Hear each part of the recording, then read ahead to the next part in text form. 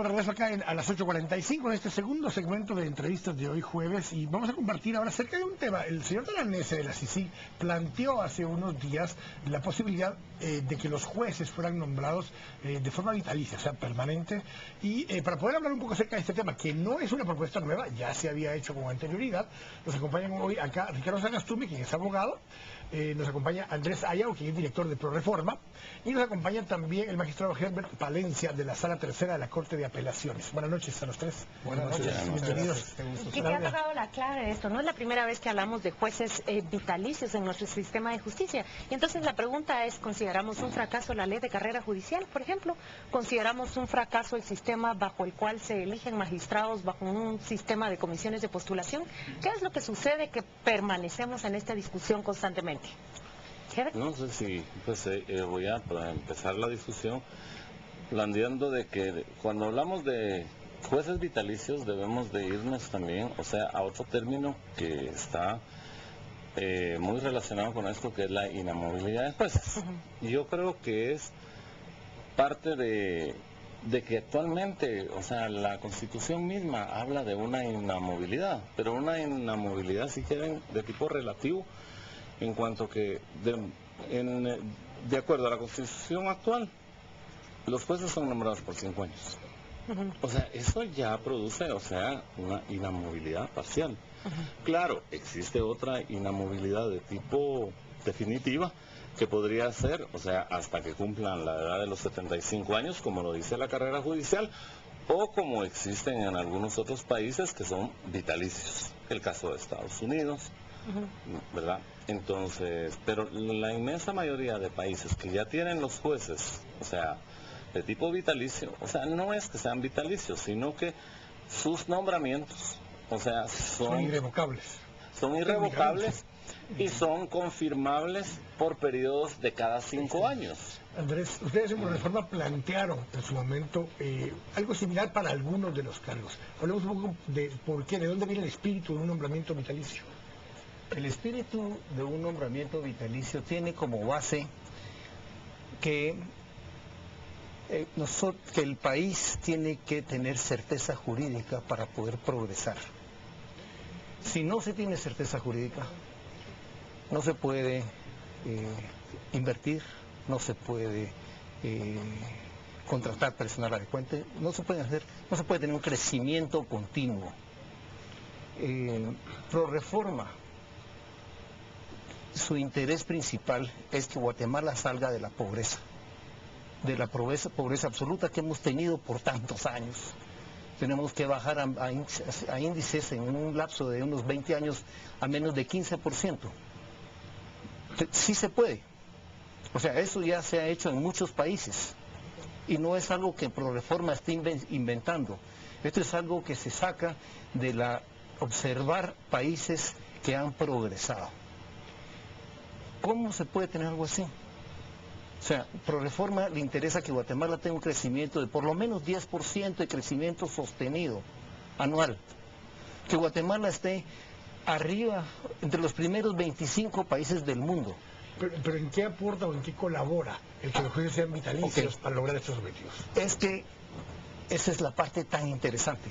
Si no existe la certeza jurídica a largo plazo, si no hay reglas claras y estables, si no hay un organismo judicial independiente con jueces vitalicios, el progreso de Guatemala está condenado. Ahora yo quisiera preguntar, ¿el juez vitalicio es garante de la certeza jurídica? Hay varias cosas importantes ahí. Primero, que el hecho que sea un juez vitalicio es que se despolitiza.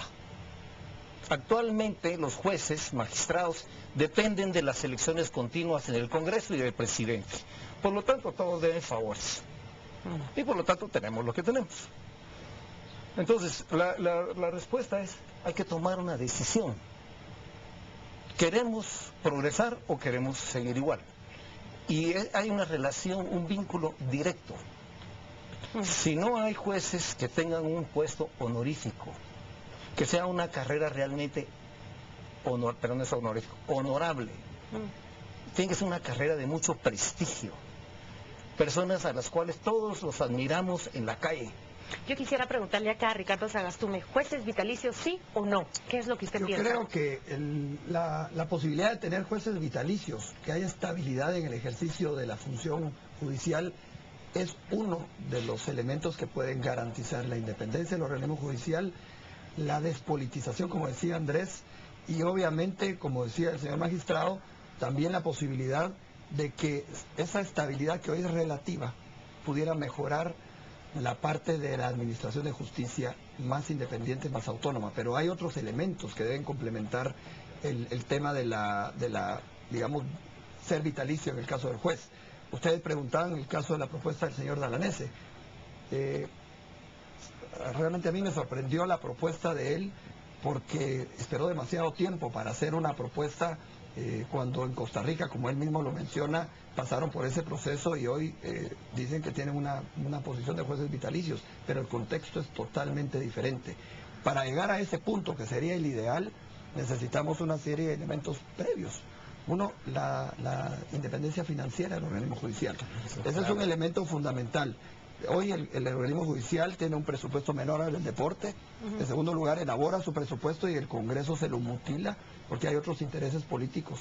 Y la verdad es que si queremos un país con reglas claras, certeza jurídica, estabilidad política, gobernabilidad, el organismo judicial tiene que tener la suficiente solvencia e independencia para poderse administrar. Ahora, magistrado, parte de lo que plantea incluso las propuestas de reformas constitucionales que tocan parte de estos temas, no necesariamente el tema de los jueces vitalicios, pero sí el tema de la independencia, incluso de la separación administrativa y de la parte judicial que hay dentro de la Corte.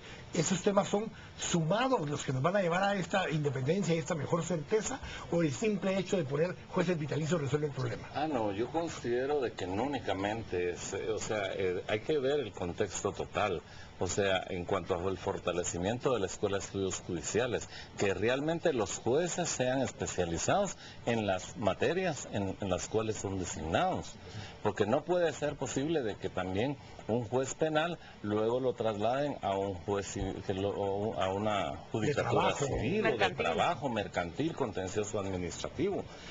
Luego es necesario el fortalecimiento del órgano sancionador, del órgano disciplinario. O sea, pero también desligar al órgano disciplinario que tenemos en el organismo judicial para jueces y magistrados de realmente las decisiones que los magistrados y los jueces toman en el ejercicio de su cargo. Pero ¿qué es lo que sucede actualmente? Que una de las partes no está de acuerdo con una resolución y se queja ante la Junta de Disciplina, ante la supervisión de tribunales, por ese fallo del juez. Entonces, ¿dónde está la independencia judicial?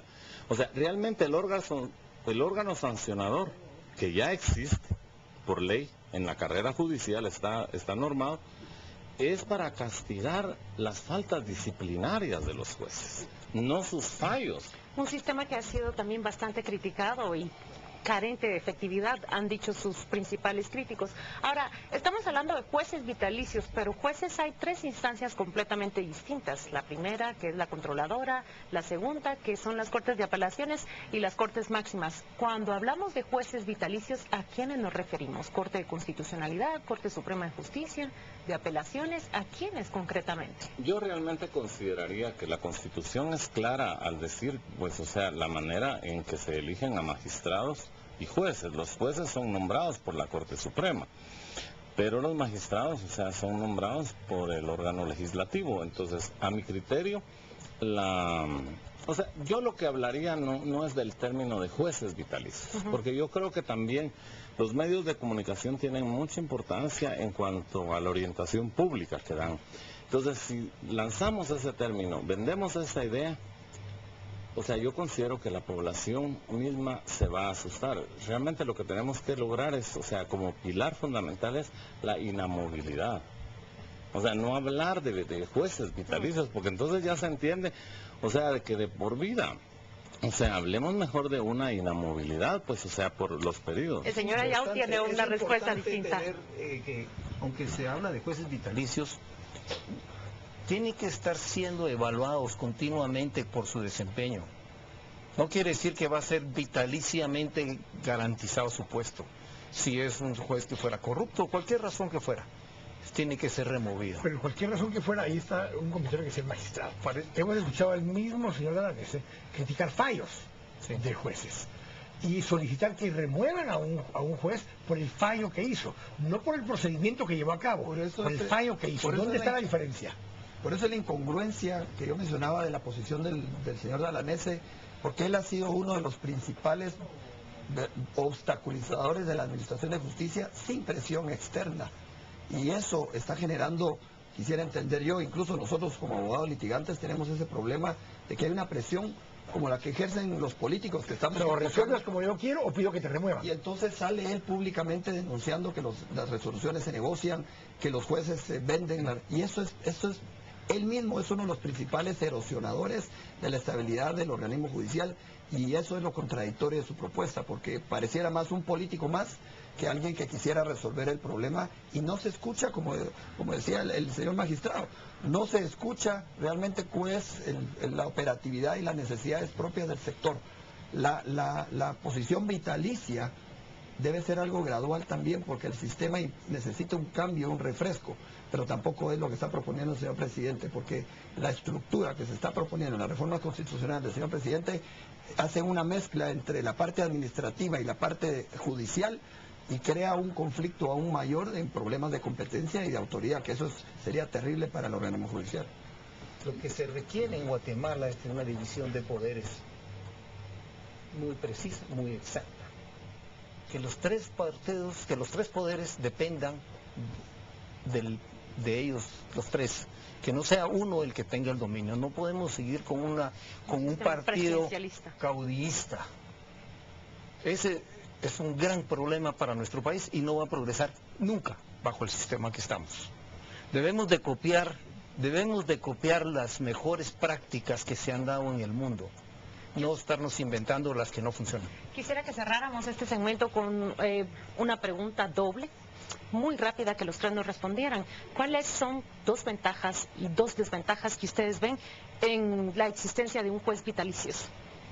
Yo la ventaja que considero es la seguridad jurídica que da, porque en primer lugar hace que el juez se especialice en su campo y que el juez logre madurez. ¿Una desventaja? Una desventaja es, en un momento dado, la falta de controles y la falta de un sistema de que evalúe el desempeño, que no existe en nuestro medio. El mismo ejercicio para ustedes.